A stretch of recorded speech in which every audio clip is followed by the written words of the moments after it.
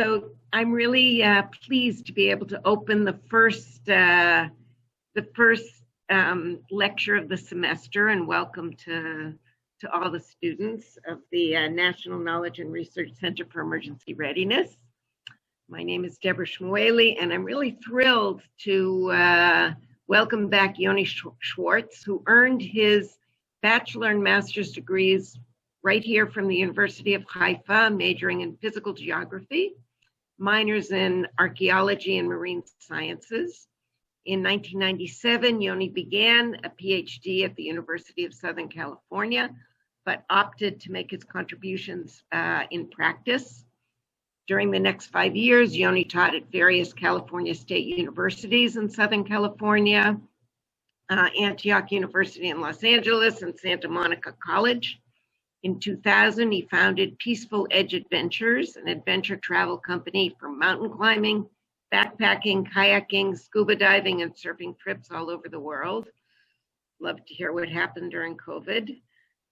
In 2004, Yonni began working with the U.S. Forest Service, and he's currently the Minerals and Geology Program Manager, the Burned Area Emergency Response Project Coordinator, and a lead resource advisor on wildflowers in the Los Padres National Forest.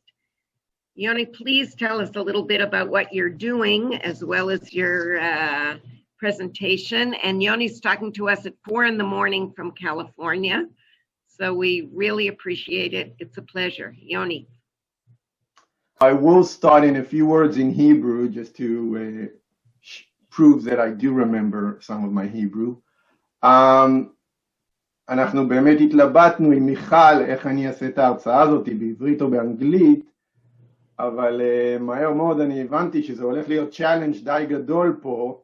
העברית שלי, אני זוכר אותה, היא קצת חלודה, אבל המושגים שאני אדבר היום, ובכלל העולם הזה של כל האורגניזציה הזאת של שריפות יער ו-natural disaster אחרים, זה פשוט מושגים שאני לא מכיר בעברית, הרבה מהמושגים אני לא יודע אם הם קיימים בעברית בכלל. אז במקום לקפוץ מילה פה, מילה שם, הלוך ושוב, פשוט אני אעשה את זה באנגלית.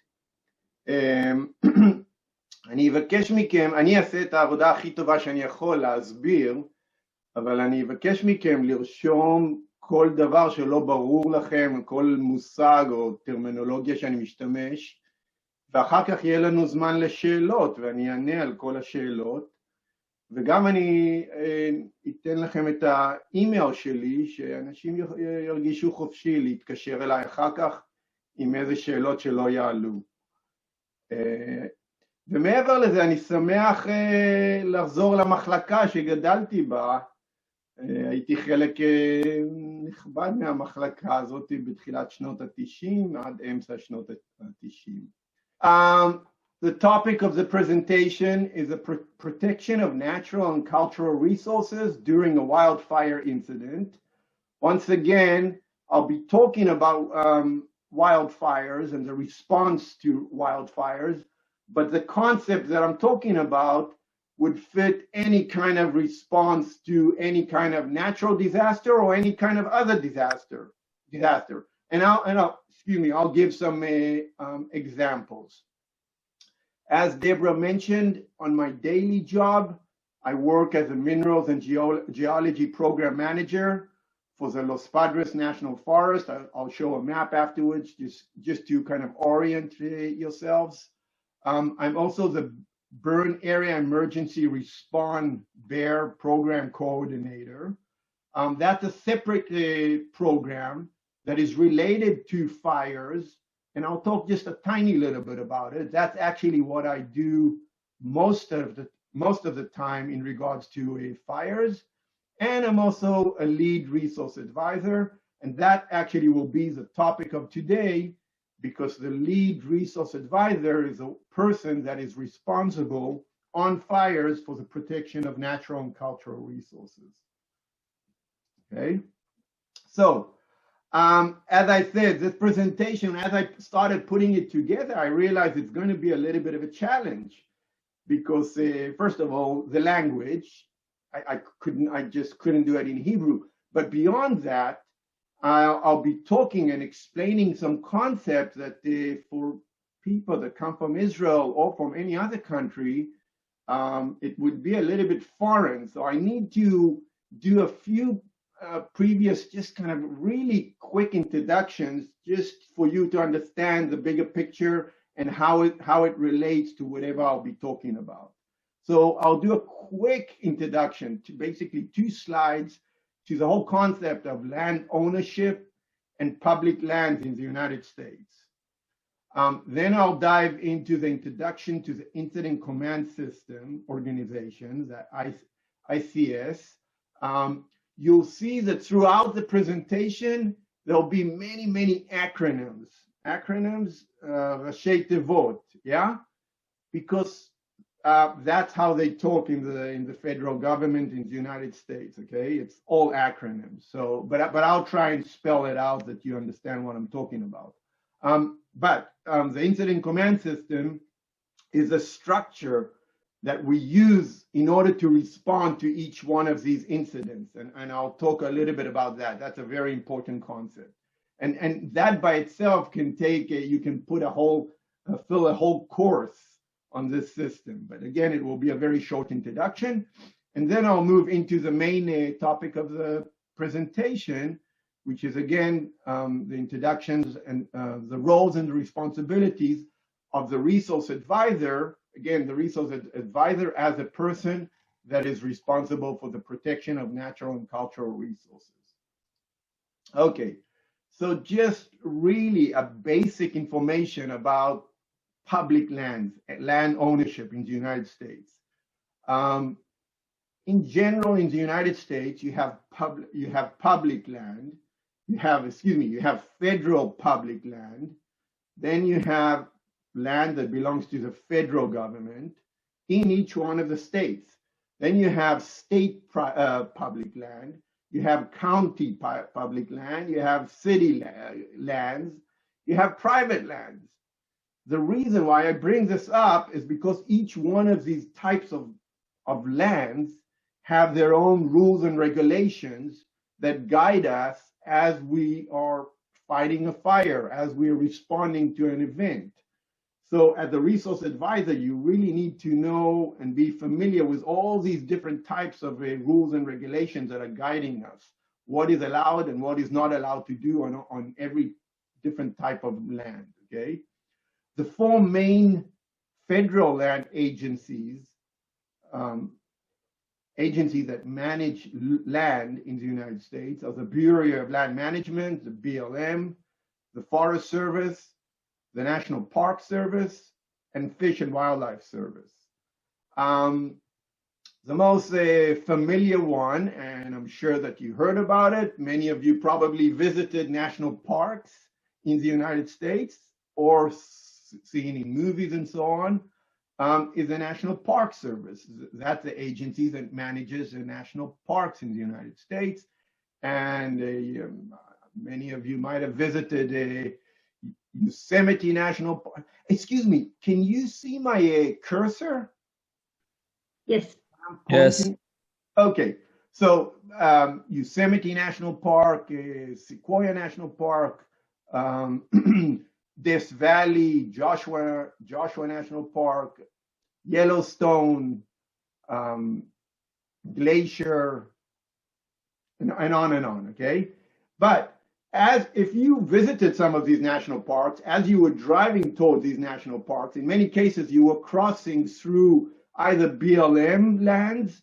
Those tend to be more out in the kind of in the desert, along in Nevada and this area here, out in kind of remote places. There's a lot of BLM lands and national forest lands surrounding many of these national parks. Okay.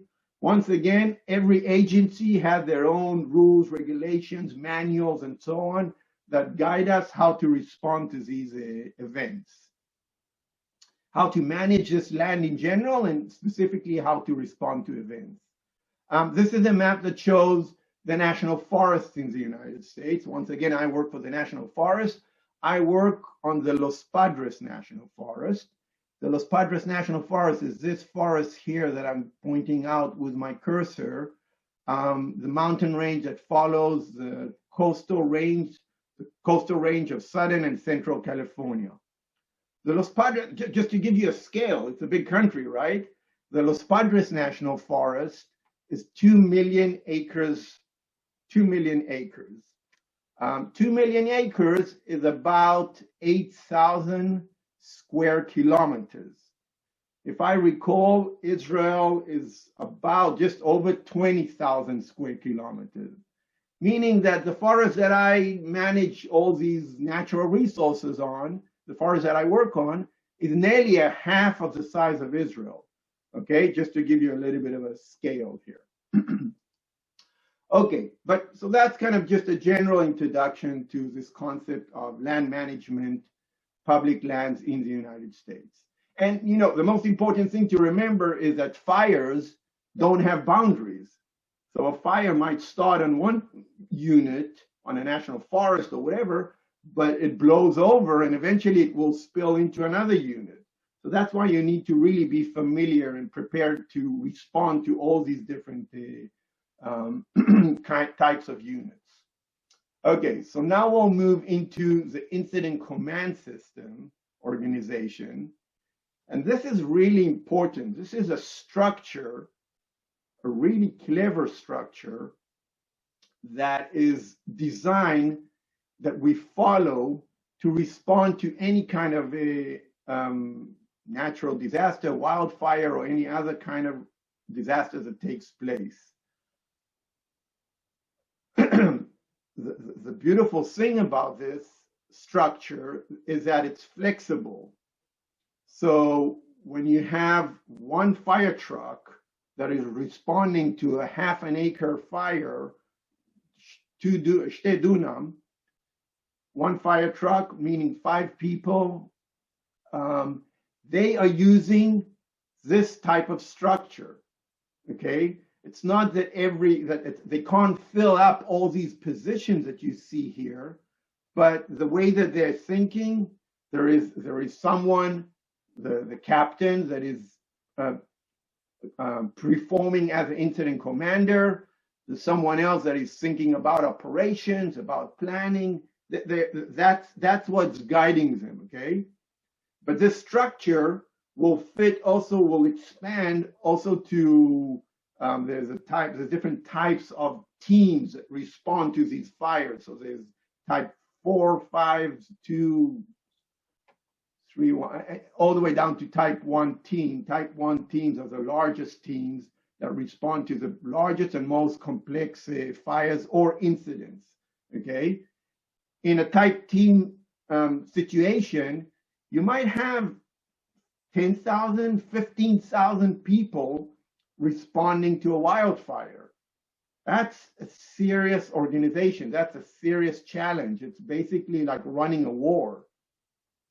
In that situation, they're following this exact same structure. So that's what I'm saying. The structure is kind of flexible, and you can adjust it to whatever size and complex incident that you're responding to. So now let's just talk a little bit about the structure itself. At the top of the structure, there's an incident commander, okay? Working directly below him are the public information officer. That's the person that is responsible to communicate with all the media, with the public, and all the media, all the TVs, newspapers, and so on. There's a liaison officer who is communicating with all the other federal, county, state agencies. There is a safety officer, and we'll talk about that position. And then below that, there are 4 section chiefs: the operations section, the planning section, logistics section, and finance section. At the top of each one of those, there is a section chief. Below each one of those sections, there's a whole bunch of units, okay? So under operations, excuse me, you have branches, you have divisions, you have air operations. Under planning, you have resources, situation unit, and so on. You see under logistics, there's service branches. communication, the shop that is responsible for all the communications. You're using radios to communicate, to go in and out of divisions. There's a whole shop that is responsible for communication, the medical unit, the food unit, support, all the supplies, the facilities, the ground support, and so on and so on and so on. It's again, this organization here can fill in a capacity of anywhere between, with no limits, but I've been on incidents where we had over 10,000 people, okay? As a resource advisor, I work again as a resource advisor. We are under the planning section. So excuse me, I'm reporting directly to the planning section chief. And we'll continue. We'll go a little bit more into that. A little bit more about the incident command system. I don't need to read every word here, but basically, once again, what's important about the system, what's unique about the system, that it's a standardized system that has an approach that fits or that answers to the command, the control, and the coordination of any emergency response. That's one thing. And the other thing is that it fits everybody regardless of what color uniform you're wearing. I'm wearing the green uniform at work. There's people with all different kind of uniforms coming from all agencies to respond to these incidents. Regardless of what agency you're representing, everybody's talking the same language. It's all the same. Everybody's following the same structure. And that was the reason why it was originally developed. It was developed in the 1970s. I wonder if there's a way for me to eliminate the, oh, now I don't see the faces, excuse me, but I can see the whole slide. It was covering part of my slide here. It was developed in the 1970s, this system, to respond to some of the large wildfires that broke out in California and Arizona, where people from different agencies were responding, but every agency had their own procedures, their own protocol, how to respond to these wildfires. So it became like a chaos. So after that event, they developed a system, and now the system was adopted by the National Incident Management System. And once again, it's used all over the United States by all federal and state agencies, and they use it to respond to all different types of natural disasters, hazmat scenes, even I just thought about it as I was putting this presentation together, even epidemics, COVID-19. In the Forest Service, there are about somewhere between 30 and 40,000 employees nationwide. We have a team in Washington, D.C. that is following this structure, and our whole response to COVID-19 is following the structure of this incident command system. So it's really multiple, you can use it in all different ways to respond to all different types of disasters, okay? Going back to this diagram, once again, the incident commander, the sections that are below him, I said that us as the resource advisors, me as a lead resource advisor, I work under the planning section, and I have a whole bunch of people that work for me, all the rest of the resource advisors, who are considered the technical specialists, okay? So now, and excuse me, there is one person, here it shows that at the top of the system, there is an incident commander. But actually above the incident commander, there is the agency representative. The agency representative is the manager of that unit where that disaster is taking place. So if it's taking place on a national forest, it will be the forest supervisor. If it's taking place on a national park, it will be the the park superintendent, the person at the top of a hierarchy, the manager of that piece of ground, okay? He's the one that is actually responsible to respond to each one of these disasters. When a disaster strikes on any of these units, he will order a team. Again, the type of the team will depend by the size and complexity of the fire in this case. And he will be giving his directions, excuse me, to the incident commander, okay? And now everybody else here is following this chain of command, okay? The chain of command is very strict. So everybody knows exactly who they're reporting to. You'll see maybe in this next slide, excuse me, I'll get to that in a moment. So once again, this is a group that is all part of the resource advisors, okay? The group that is responsible for the protection of cultural and natural resources. At the top of this group is the lead resource advisor. That's my position on many fires. And then I have a whole team below me. All of these people here are all resource advisors, but each one has his own background, his own specialty, okay? Because you'll see during the presentation that I need input as a lead resource advisor. I need input from all these different types of disciplines in order to move forward and give the right answers to whoever I'm reporting to, okay? So it's kind of divided into four main disciplines or areas: cultural resources. Under cultural resources, you might have an anthropologist, an archaeologist, historical architect, and so on. Under biological resources, you'll have a biologist, you'll have an aquatic wildlife biologist, you'll have a botanist, ecologist, forester, and so on. Under physical resources, you'll have air quality specialist, geologist, hydrologist, soil scientist, and so on. And then there's some other kind of specific specialists that we might order. Again, as a resource advisor, you're ordering your team, you're building up your team, and it all depends by the type of resources that you have out there. That's how you decide what type of resource advisors, what disciplines you need here on this incident, okay? And again, you might have a cartographer, an environmental specialist, a NEPA, National Environmental Policy Act specialist, and so on, okay?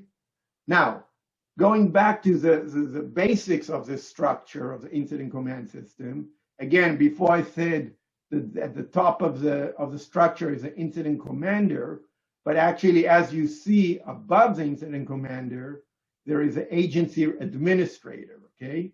So the agency administrator is, again, the manager of that piece of land. He's the one that orders the team. At the top of the team, at the head of the team, there'll be the incident commander, okay? The agency administrator is not situated at the base camp, at wherever all the action is taking place during the whole event. These events, they can, again, I'm talking about a whole scale of events. It can be half an acre fire that is taken care of in 2 hours, or it can be a fire, over 1 million acre fire that we'll be working on for 4 months. So the agency administrator is not located at the base camp for 4 months, but he'll always have an agency administrator representative, someone who is representing him and communicating directly with the incident commander, okay? Here I'll just kind of add a few things. So I said before that the structure is very strict and everybody knows exactly who they're reporting to in the chain of command. When it comes to the resource advisors, to the reads, that gets a little bit confusing because me as a lead resource advisor, I'm reporting directly to the planning section chief. I also tend to work directly with the incident commander on important matters. At the same time, I'm meeting on a daily basis with the agency representative and giving him updates as to where we're standing. I tend to communicate on on important matters directly with the agency administrator. Under me, I said there's a whole group of resource advisors. We actually call them now, they change the terminology, the acronym, they call it, instead of a READ, they call it REEF. REEF is a resource advisor that is fire qualified. In order to go on a fire, you have to take trainings, lots of trainings, okay? So I took all the trainings that any firefighter took. I took all these trainings in the beginning, and then on an annual basis, you have to do refreshers, fire training refreshers, and physical tests in order to be qualified to go on the fire line. If you're not qualified to go on the fire line, you can still work as a resource advisor, but you'll be located only in the base camp. You're not allowed to go out to the fire line. I said I had a whole group, all those technical specialists that I just showed before that work for me, they all are going out to the line. Most of them are going out to the line on a daily basis. When they are out on the line, they're reporting to the divisions that they're working under. And I'll show you again afterwards a little bit of a map that will explain this whole concept of the divisions, okay? So on the ground, the resource advisors are reporting to the divisions that they're working for. But when they come back in the evening to the base camp, they're reporting to me. And so you see a little bit how when it comes to specifically to the resource advisor, it's a little bit more chaotic, this whole chain of command, okay? Now, I just said that the agency administrator is the one that is above the incident commander. And when he orders a team, he gives them a delegation of authority. Some of these concepts might be a little bit confusing, I think, as I know myself, for an Israeli, because in Israel, I think things, as I remember, you know, I served in the military many years ago and so on, everything is a little bit more fluid and a little bit more flexible and kind of verbal and stuff like that. Here in the United States, especially under this system, but in general, everything is very, very stiff and structured and very following the book, okay?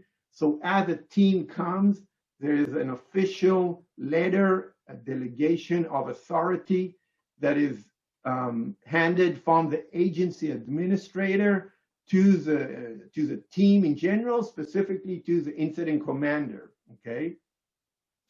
This delegation of authority is specific enough to convey the expectations of the agency administrator to the team that is coming in, to the incident commander, as to the general expectations of how to respond to this wildfire, okay? So it will spell out kind of the big box where he's expecting them to try and capture this fire, you know, between the ocean and this highway and between this ridgeline and that ridgeline, okay? Kind of spelling up a big box, and it might spell also some specific concerns that we have there. It will speak specifically in regards to natural and cultural resources. It might be even a little bit more specific and say and mention some specific species, TNEs, threatened and endangered species or habitats that are sensitive that they need to pay attention to. But at the same time, this delegation of authority is broad enough, it's open enough to allow the flexibility of the team to tackle this fire, to fight this fire in the general box, in the general expectations that they were handed to by the agency administrator. Okay, so now we'll just move a little bit into a few visual slides here, just to kind of explain how this whole thing develops. Okay, so in regards to a fire, usually you'll have someone from the public or whatever either call 911 because they see a fire breaking up, they'll see smoke somewhere, or each one of our units, my national forest, every national park has a dispatch. A dispatch is the same concept like a 911, okay? So members of the public will see something, they'll call dispatch or 911. Dispatch will send a fire truck there, or depending by the report, they'll send someone to respond to this event. Either they take care of it right there and there, if it's a small event, if it's, they might call for another fire truck, for another engine or another 2 engines, but they'll respond to it. Or in a case that they can see that it's really blowing out of control and it's going to get here very big and very complex, they call back to dispatch, and dispatch will order a team. Again, a type 4, a type 3, or type 2, or type 1 team, depending by the size and complexity of this. And in many cases, they'll order a certain team, but then after a period of 2 weeks, as the thing is either growing or shrinking, they'll order a different type of team to it, okay? The other thing that we're seeing here is this area here, which is basically what I call the base camp. We call it the incident command post. This is how it will look after maybe the first day that the team is just arriving, okay? You'll see here an area with tents. This is where they'll be sleeping. You'll see here an area, a big tent here. This is where they'll have the catering and the dining space, and all the trailers will be coming out here. This is how it looks during the first day. By the end of the first day or by the end of the second day, this thing here will grow into a little town, into a little city that can completely be independent and operational for the next 4 months to respond to this incident, okay? And I'll show how it's developing. I'll just say one more thing here. The location of this camp is also very important. On one hand, you want to be close enough to the incident that your forces don't have to drive 4 or 5 hours just to get there.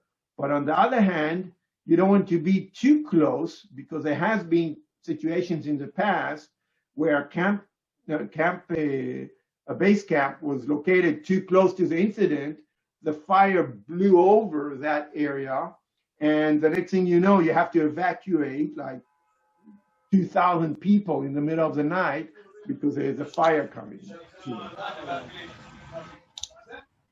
Okay, so this is what we call the main street, and this is where all the trailers.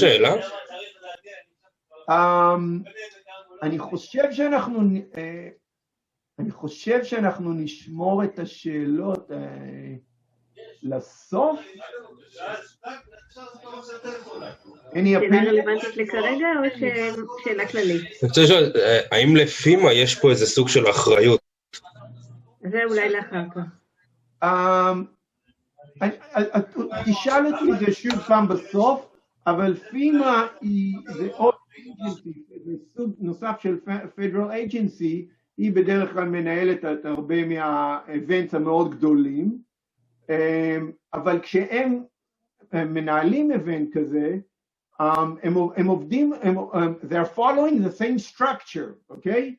So the incident command system is just the same structure that they are following as an agency when they're managing a response to a hurricane or earthquake or whatever.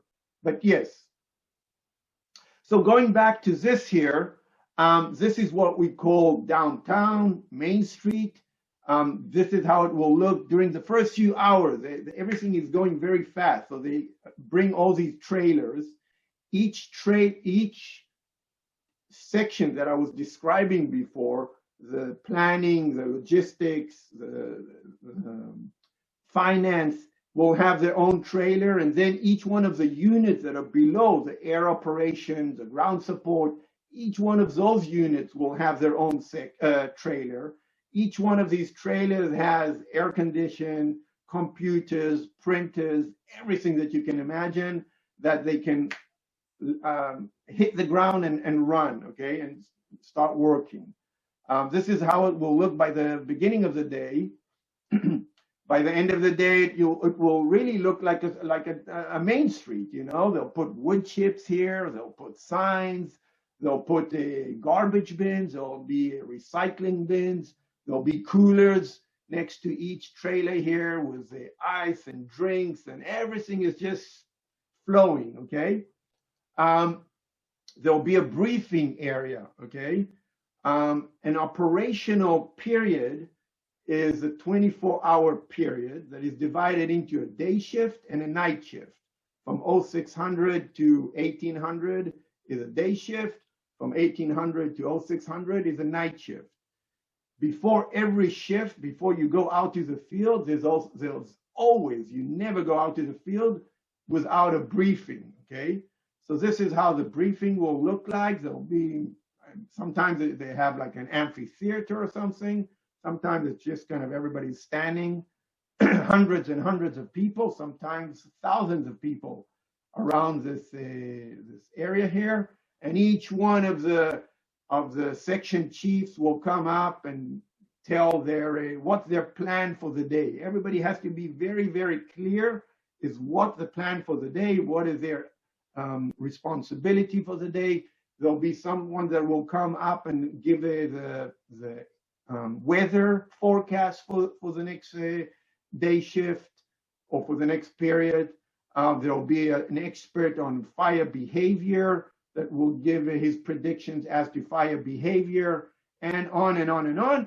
Me as a resource advisor, the lead resource advisor, I'll also go up there and I'll give them a little bit of share a little bit of the concerns, areas that we have a unique habitat or endangered species or archaeological areas that they need to avoid.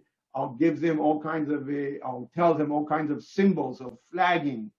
There are flaggings, רצועות כאלה עם צבעים שונים. Red and blue will represent an area that they need to avoid. Black, green, and yellow will be an area that they're not allowed to drop retardant, and on and on and on, okay? There's an area that is a dining area. That's what I was saying. The logistics here is amazing. You have to feed, make people comfortable, find them a good place to sleep, showers and everything for maybe 10,000 people, you know? So there's a whole catering operation here and a huge dining space. There's ground support, this tent here.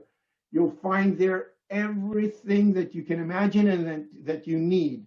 All the hoses, all the tools that the firefighters need, all the different types of clothing. There's special clothing that we wear on when we go out to the fire. And anything else, anything that I might need that they don't have, I'll come in with a form. Everything is formed and is very unique. I'll fill up a form and someone will drive to the closest Home Depot, to the closest Office Depot, whatever. And by the end of that day, I'll get whatever I need, you know, if it's a drive to my computer, if it's a sprinkler system, if it's whatever I need. There is a medical unit. They have their tent, their central tent, or their trailer, where they have basic medical supplies. They can also treat very light injuries, but obviously they are also responsible for the whole evacuation plan, and so on in cases of serious injuries. Again, there is a sleeping areas that all the firefighters are pitching out their tents. There's also a whole other area that is meant for the night shift.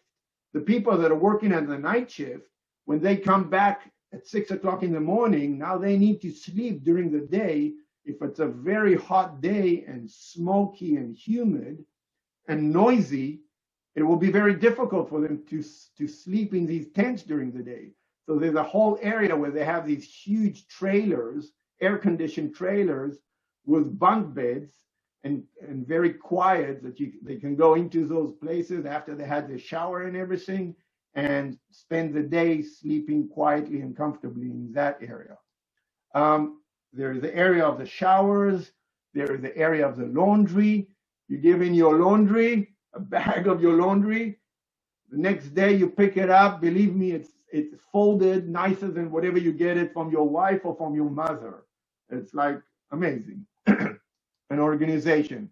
There is a heli base where all the helicopters are getting their service, fuel, and where you take off. You're all the time flying on these, either for suppression reasons, helicopters that are dropping retardant or water, or me as a resource advisor and many other people are taking just reconnaissance flights all the time just to gather information. So this is a heli base. Now, looking at just a kind of a general map of a fire that will give me an opportunity to explain a few things about a fire itself. First of all, I think that many people, when they think about fighting fires, they think that people come and spray water on fire. But it doesn't work that way. That's not how we fight fires. That's direct firefighting. And we really moved out of that many, many years ago. What we're trying to do when we fight a fire is to basically create a box, a containment around it, and we're working from that box inward, okay? So, and this containment is either by dozer lines. Dozer lines are big bulldozers that move all the vegetation, all the organic matter down to pure earth. And sometimes it can be a width of 1, 2, all the way to 6 blades. It can be like 20 meters, 50 meters, or 200 meters wide all around this fire, or a highway, or the ocean. But you're trying to contain this fire, okay? And from the dozer line, they'll start backing lighting fires, backing them into the fire itself. The idea is that when the fire comes to an area where all the fuels, all the green vegetation was burnt already, it dies down. So that's how actually we fight fires, okay? That's kind of just a general concept. Beyond that, you have also the helicopters and the air tankers and some of the fighters that are working directly on hotspots. But usually, the goal here is to contain the fire, okay? This piece of ground is divided into branches. You can see here, this symbol here that I'm pointing to is a branch, is a division branch, okay? The break between the branches. So from this here, all the way out to here is branch 7. From here to here is branch 1, and from here to here is branch 5, okay? And under each, and so at the top of each branch, there's a branch chief, and under each branch, there are all the divisions, okay?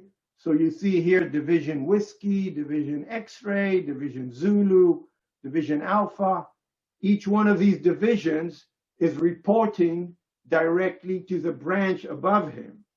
Remember, my resource advisors, my team, that they're going out on the ground, depending where they go to, they are working directly under a certain division, okay? Reporting to them, they have to call in the radio when they come into their division. They have to call out when they're leaving the division. The division chief needs to know exactly who is on the ground on his piece of dirt, the piece of dirt that he's responsible for. He needs to know when he leaves his shift at the end of his shift that everybody is out and the next shift comes in, okay? And there are many other symbols here that you might not be familiar with, but I'll start talking about them. If you look at the legend of the map, okay, you'll see camp, camps, different camps that we have out in the field. You'll see dip sites. Dip sites are where the helicopters come and fill up, like from a little lake or pond or a stream, or from the ocean. They have specific dip sites.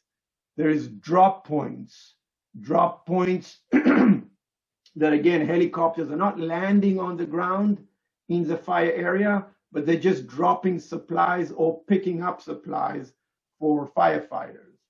There is a heli base that I showed before, the main place where the helicopters are landing for fueling, for all the services that they need, going in and out as they're going up and down, okay? There is a heli spot. A heli spot is a spot on the ground in the fire area where helicopters will land,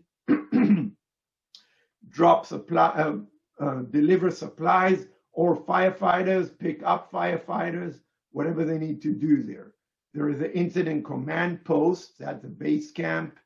There are repeaters. Repeaters are a type of antennas that the communication unit puts on all different mountain ranges around, that when you call on the radio, if there's no direct communication from one area to another, it will bounce through a repeater, okay? So there's all these different symbols that explain to you exactly and show you exactly their location on the ground on these maps.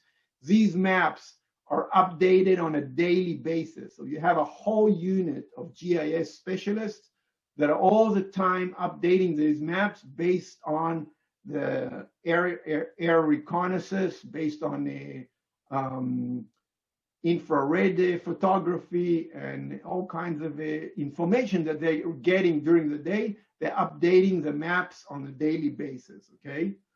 You see here this barcode here. That barcode, every firefighter is holding either a cell phone or has a tablet, comes to this barcode, puts his camera of his phone or his tablet to that barcode. It automatically uploads into your phone or onto your tablet. And so you have the most current map for your next shift. We also have a barcode like this on our IAP. The IAP is kind of a book, a whole book that is printed every night for the next operation period. And it has all the information. It can be like 20, 30, 40 pages long. It has all the information that you need to know out on the ground. It has, again, all the information that was shared during the briefing, the weather that is expected, the fire behavior, all the different branches and divisions, the radio frequencies. Every division has a different radio frequency. You need to know all these things. Otherwise, if you get in trouble and you're calling for help or something or whatever, but you're using the wrong radio frequency, it's not helping you any. So there's also a barcode on this IAP that they get every morning. They put their cell phone or their tablet to it, and then it uploads this IAP right onto their electronic device. I'll talk a little bit more as to my involvement as a resource advisor in relation to each one of these locations, each one of these things that we see on this map here. But again, here an example of a morning briefing. You see this thing that this white little booklet that every firefighter has in his pocket. That's the IAP, okay? And whoever is coming up to the stage, whatever operation chief it is or chief it is that is giving his briefing for the day, they're all following the IAP, okay? It's all mentioned in the IAP. After the morning briefing, there'll be a breakout of all the divisions. Every division will be located around that amphitheater or whatever. All the people that work for that division chief during that day will go meet him face to face. They'll talk about what they need to do, what are their goals for the day, and so on. That's kind of down to the scale of every division, okay? All the resource advisors that work for me, depending by what division they're going to go to in the day, they go to that division, they make a face-to-face, and they share a little bit of their concerns, what they're going to do, what type of flagging they're going to use again during that day shift, during that shift. Okay, we'll move from here into the main topic of the presentation, which is again the role of the resource advisor in fire suppression. A resource advisor, the person who is responsible for the protection of cultural and natural resources. So the first and most basic goal is to identify and evaluate potential impacts of the fire and fire management actions on natural and cultural resources. I'll explain in a moment a little bit the difference, but you have to understand that there are impacts that are done to these resources, to these cultural and natural resources, that are done directly by the fire, but there's also impact that are done not by the fire, but by the activities of the firefighters, by the actions of this fire suppression, okay? The resource advisor needs to identify all of these impacts, okay, to know how to respond to them. And then he needs to communicate resource protections issues and concerns to the agency administrator and to the incident commander and to the team in general, okay? So the resource advisor comes with all the layer. When I'm the lead resource advisor, I come with all the GIS layers that show me all the different concerns that we have on this piece of ground, you know, where we have an endangered species habitat, where we have archaeological sites, and also other information, pipelines and power lines, all the stuff that I need to communicate to the planning chief when they're developing their strategies, how to tackle this fire, okay? Now, as I said, there's different types of impacts, okay? And we'll go through them. There is direct fire impacts, there are operational impacts, and then there is indirect impacts. So now just look, let's have a quick look at each one of them. Examples of direct impacts from a fire are the deaths of wildlife. Unfortunately, over the years, I've seen many, many dead deer and bears and mountain lions and bobcats and coyotes and many other animals that die from these wildfires. That's a direct impact. There is direct impacts to structures. Structures might be historical structures or any other structures that are burned. There's direct impacts to recreation, to all the signs, trails, everything, all the recreation system that is out on the ground. There are impacts to sometimes to kind of a unique feature. In this case, a very famous sequoia tree, you know, that was like a symbol. It might be impacted by fire. There's obviously direct impacts to soil. Soil tends to change its physical and its chemical structure as a result of heat. There is direct impacts on tourism. You can imagine that a fire that breaks out in Yosemite National Park, one of the most famous parks that people from all over the world come to visit. You have thousands of visitors every day there. If a fire breaks down there in the middle of the summer and they shut down the park, it's an incredible impact on tourism, okay? So these are the examples of direct impacts. Then there is everything, all the impacts that are done not directly by the fire, but by operations, by fire suppression operations, okay? So firefighters, they cut trees sometimes. That's an impact on resources.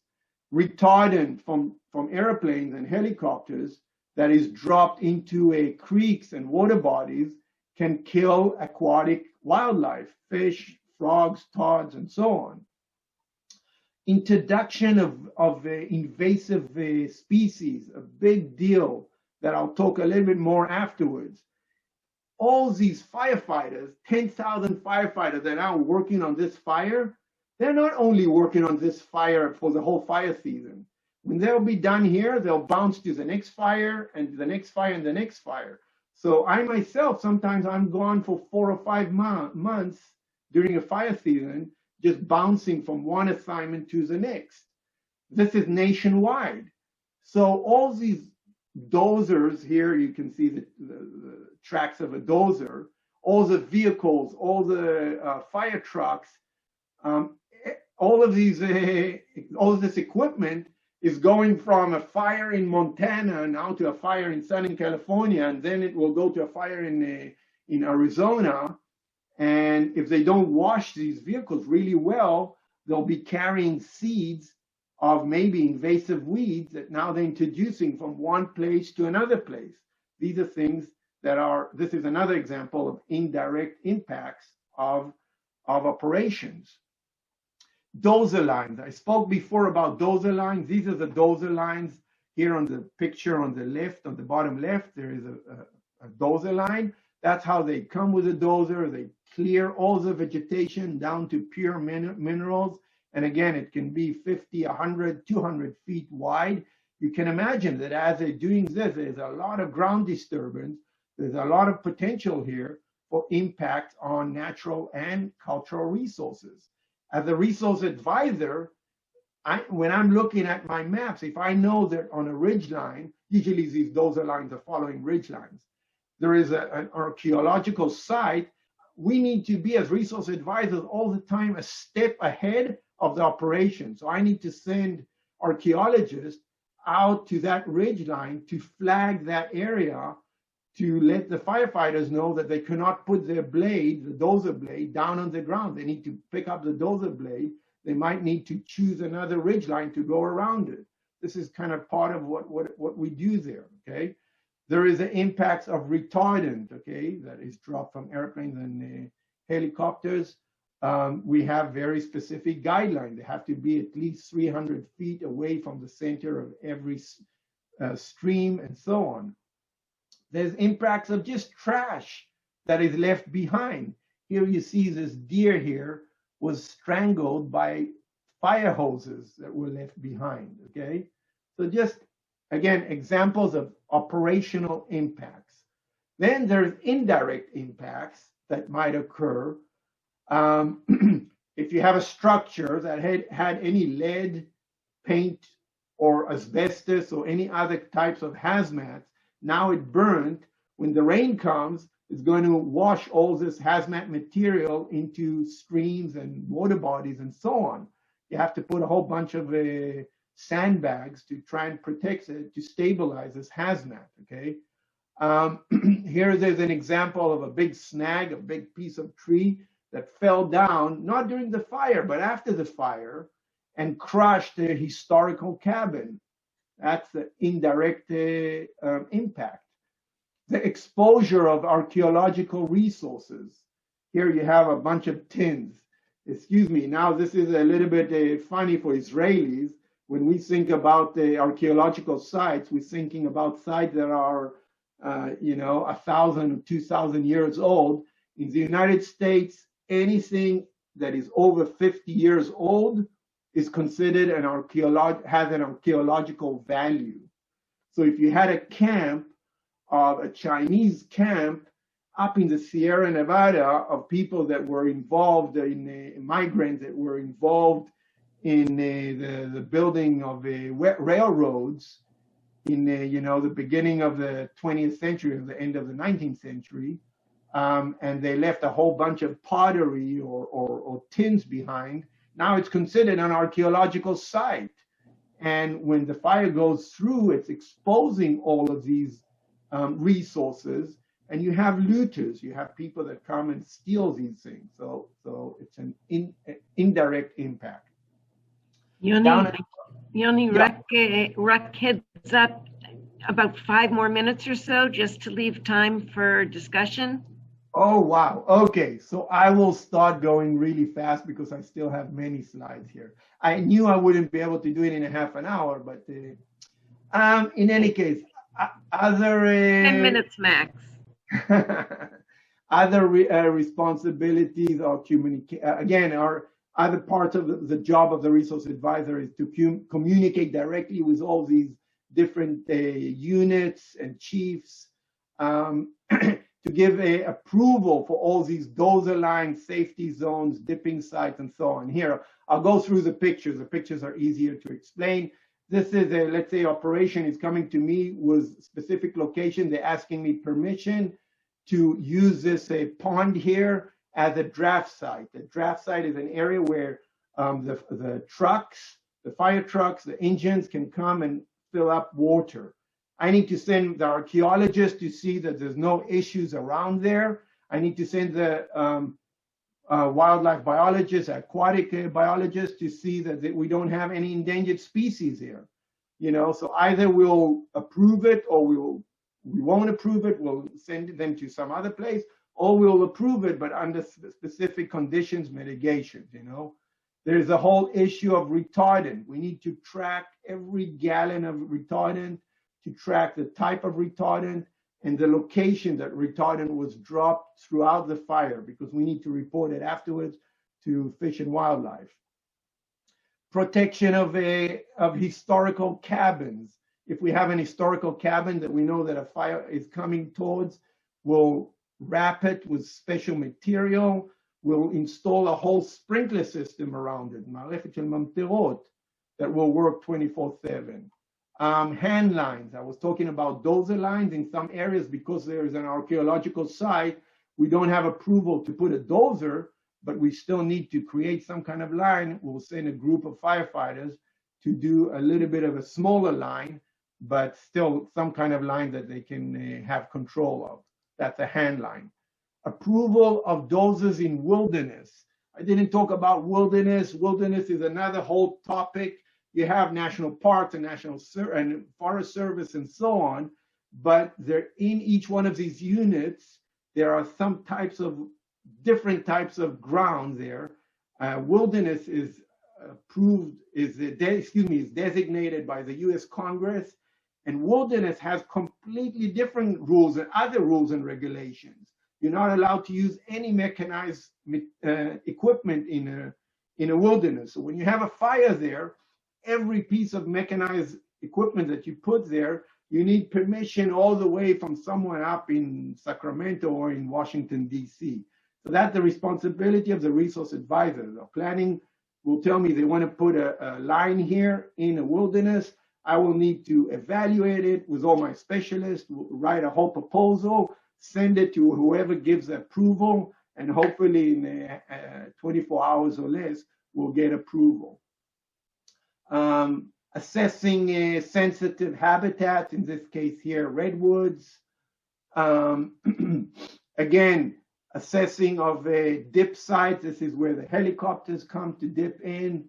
Here, I had an example on this last summer. I was working for 4 months on a fire here on the Big Sur coastline, and there was an issue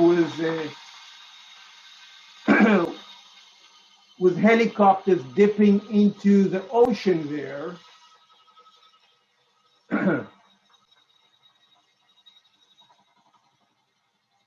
Okay, let's let it go through here. I was giving directions to the air operations that they cannot dip in the ocean in a distance of 100 meters from the coastline in the kelp forest there, because it's a habitat of the sea otter, which is an endangered species. I'm driving one of the days down there along the highway, Highway 1, and I'm seeing them dipping inside. So I had to photograph it, to video it, and then to go through a whole argument with the air operation chief. He had to speak to the pilots, and they got a warning that if they're going to do it one more time, they're going to be dismissed from this assignment. So we order car wash stations. I said that all these vehicles are coming from fire to fire. We need to be sure that every vehicle goes through a washing when it comes into an incident, when it's checking in, and as it's checking out, it has to be washed again, okay? I need to remind folks about not leaving trash and not leaving anything that has smells out in the field or in the camp because we have wildlife out there, you know. As I said, I sometimes fly on a daily basis. These fires are huge areas in very remote areas. Somehow we need to track all the dozer lines. There's hundreds and hundreds of miles of dozer lines. You see the lines here along the ridge line. There is safety zones, this circle here. It might be like 100 meters by 100 meters that is clear of vegetation that the firefighters can escape to as a safety zone if the fire backs up on them, you know. All of these things we need to track, and in some cases, the easiest way is just on a daily basis, just with flights, taking flights. I need to remind my team and other folks, again, about issues with wildlife. I was walking down out here in the Sierra Nevada somewhere on one of the fires, and suddenly a bear cub jumped out of the of the brush there. Bear cub is not very dangerous, but if his mama is not far away and I get by mistake between the mama and the cub, I can be in big trouble, you know. Things that you need to pay attention to. Stump holes where a big tree burned down all the way down to the ground, including the root system, and now it's full of ash. If you step in here, sometimes it's full all the way to the top, and you fall in, it can be like a meter or a meter and a half of falling down into an ash hole that creates really, really bad burns. You can get seriously injured. Widow makers, trees that can fall and kill you. A lot of things that I need to kind of convey. Okay, I'll skip this next section. It's just I was kind of trying to show how we're working around the clock, okay? Just running from briefing to meeting to briefing, and it's really around the clock, very, very intense work. Some of the things that I bring with me, all the different land management plan. Every unit has its own land management plan that describes what's allowed and what's not allowed to do on that unit. The land management fire plan, the GIS layers, like I said, of all the different species and habitats and resources that we have out there. I spoke about different units. This is a rim fire in 2013, a pretty large fire at the time, 250,000 acres, started on the Stanislaus National Forest, but blew out into the Yosemite National Forest. As it's blowing from one unit into another, now we need to change our tactics. All the rules and regulations are different between a national forest and a national park, okay? Look how complex this fire is with all the divisions and the branches and so on. Every unit will have its own rules and regulations. There are areas where there's no ground disturbance without a resource advisor, let's say on archaeological sites. Other areas that are no retardant drops along creeks, 300 feet from creek. Areas where there's no night operations. Other areas where there's no air operations between February and June of every year, and so on and so on, okay? These are some of the things that we need to track as we're going through the fire, the hand lines, the dozer lines, the spike camps, dip and drafting heli spots, damage to roads and fences. We need to track all of this because it's also our responsibility to fix it before the incident is released, before the team is released. Okay, so hundreds and hundreds of miles of dozer lines that then I need to order specific types of equipment, either a dozer to do water bars. Water bars, can you see here, like this line here and this line here? You know, when you're driving through a neighborhood and you're going through like a speed bumps, that's the kind of concept of a water bar, basically to prevent erosion coming down afterwards when rain comes down on this dozer line, to prevent erosion going through on these dozer lines. So you want to direct the flow of the water to go aside. Then afterwards,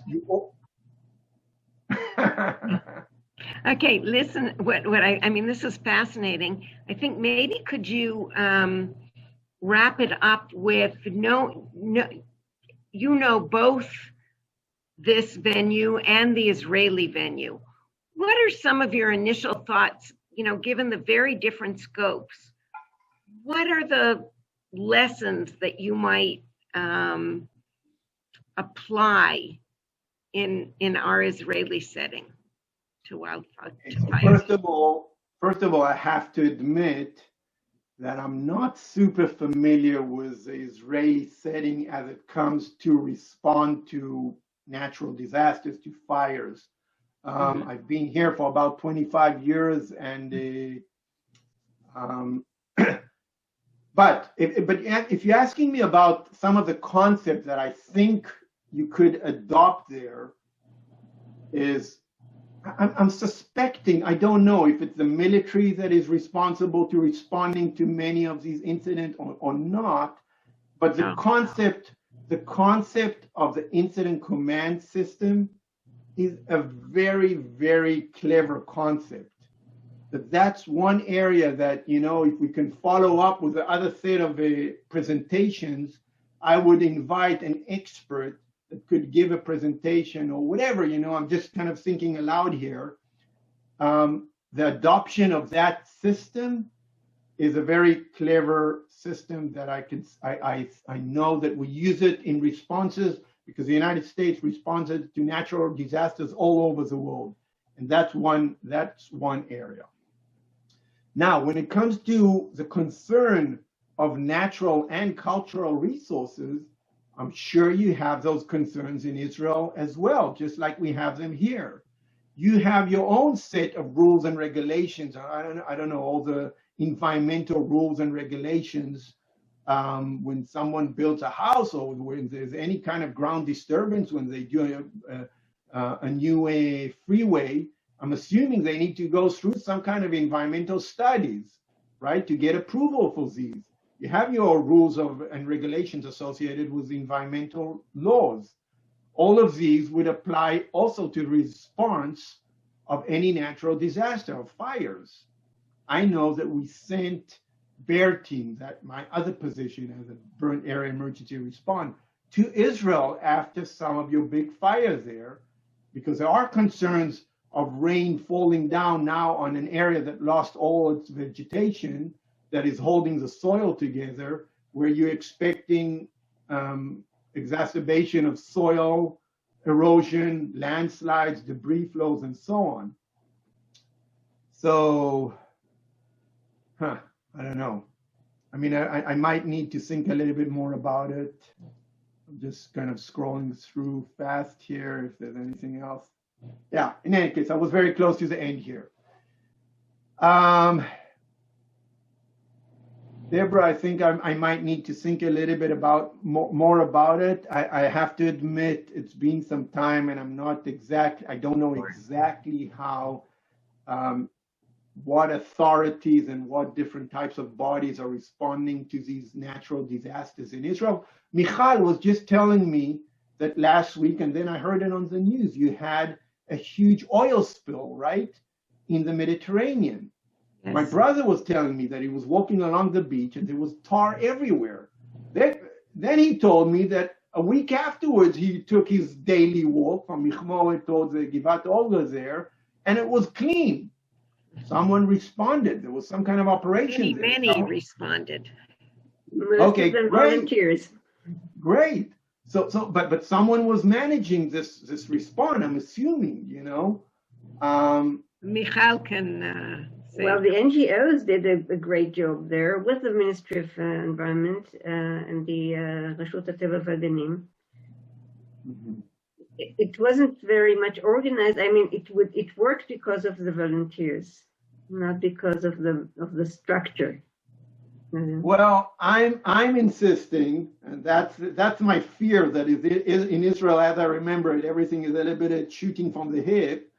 I'm insisting that the adoption of the incident command system that we use here in oil spills, we do have oil spills here, unfortunately, once in a while, is one part of the great picture that I was describing today that can be a great benefit for any or all agencies in Israel as they're responding to natural disasters or to any other type of disasters. Any questions, comments? Sorry, I was talking very fast and I was kind of, I was there's a lot that I can go on and really get into details, but yeah, maybe talking about Ben's question in terms of the interaction with FEMA. Yeah. So once again, FEMA is another federal agency that in some types of events. Federal Emergency Management Administration, perhaps Yes. similar to Rachel Po. Similar to? Rachel. Mm-hmm. רשות הלאומית לחירום. In any case, I have been involved in incidents, for example, actually a big oil spill that took place on my previous forest that I was working on. It was large and it was spilling into a major reservoir that is a major source of water of the whole Los Angeles basin. And FEMA took the management on that. I know that FEMA is involved in many of the responses to hurricanes, the whole earthquake in Puerto Rico, hurricanes, earthquakes. So it's just another federal agency that in some types of incidents where it's big enough and complex enough, they will manage the incident. But when I'm speaking about a team, when I was describing these teams, the team would not be a pure FEMA team. Or in any fire that we have here in the Forest Service, it's not a pure Forest Service team. It's members of all different agencies that come together as a team. Okay, so we're working together, and because we're all following the same structure, we're all talking the same language, we're all understanding how the system works, and it's very easy and kind of fluid to respond to any incident.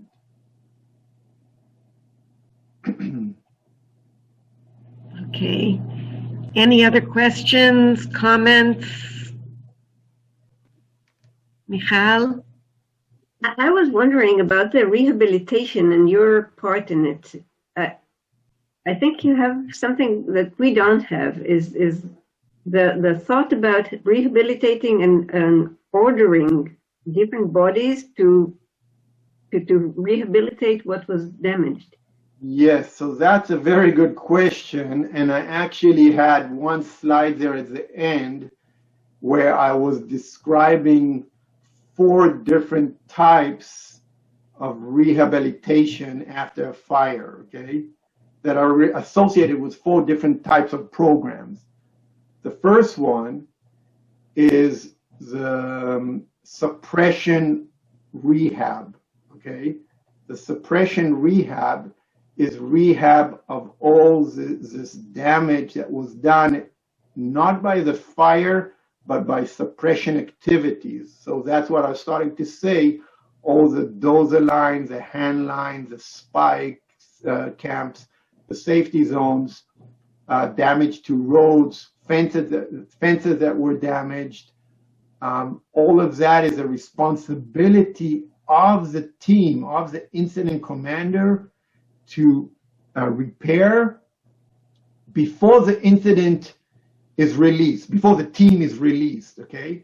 Because when this team is released, now all these resources, all these dozens of dozers and trucks and hundreds and thousands of firefighters and everybody is gone to the next assignment, and the local unit just doesn't have those resources. So we take advantage of all these resources, and it's in the letter of delegation that the agency administrator submits to the incident commander, to the team in the beginning. It's part of the responsibility of the team is also to take care of the suppression rehab, okay? That's really directly related to suppression rehab. It's pulling back on dozer lines and all exposed minerals, all the organic matter. Yeah, when you're removing all of that organic matter, you're removing the seed bank, you're removing all the topsoil. You now need to try and pull as much as possible back on top of it, also to prevent erosion, but also to encourage regrowth of vegetation on all of these disturbed grounds. Then the next program, that takes place right at the fire, right at the end of the fire. The next program is a program that I'm involved the most in. Actually, that's what I mostly do on fires, is a BAER program, Burnt Area Emergency Response. That program is responsible for activities, rehabilitation that takes place during 1 year after containment, okay? It's mostly focused on the issues, the concern that will happen with rain falling on this burnt area, okay? So now we're not talking about damage that was done by suppression, but damage that was done by the fire itself. Now that we lost all the vegetation and we're going to have potential landslides, debris flows, soil erosion, and all of that, we go out as a team. It's a team of scientists. So I work there as a geologist or as a team leader, but my discipline is geology. There'll be a soil scientist, hydrologist, biologist, all the ologists will go there as a team. We will assess and evaluate, identify the values at risk. Okay, values at risk might be roads, campgrounds, structures, critical habitat, a pond or a lake, or any resources that might be impacted by now potential landslide, debris flows, sedimentation, and so on. We'll put together a report with recommendations for implementations for this coming year to prevent further degradation of these resources, okay? That's the BAER program. Then you have the BAER, B-A-R, all acronyms, program, that it is dealing with the restoration that takes place, again, as a result of fire damage during a time period of 1 to 5 years after a fire. And then you have another program, which is a long-term restoration program that deals with the restoration of 5 years and onwards after a fire. That might be planting of new trees and on and on and on. Yonni, yeah. Great. Thank you so much. First of all, doing this at 4 a.m. is amazing. Really greatly appreciated. אני רק רוצה להזכיר שבמעבר חד, הפגישה הבאה שלנו ב10 למרץ זה החלטת בית המשפט הפלילי בהאג בנוגע לסמכות השיפוט בפלסטין, השלכות בינלאומיות ומקומיות. זה וובינר בשיתוף עם מרכז מנרווה, וזה ההרצאה הבאה שלנו. גם נשלח בעצם לוח זמנים מסודר לסמסטר הנוכחי. אז תודה רבה לכולם, תודה רבה ליוני ולהתראות.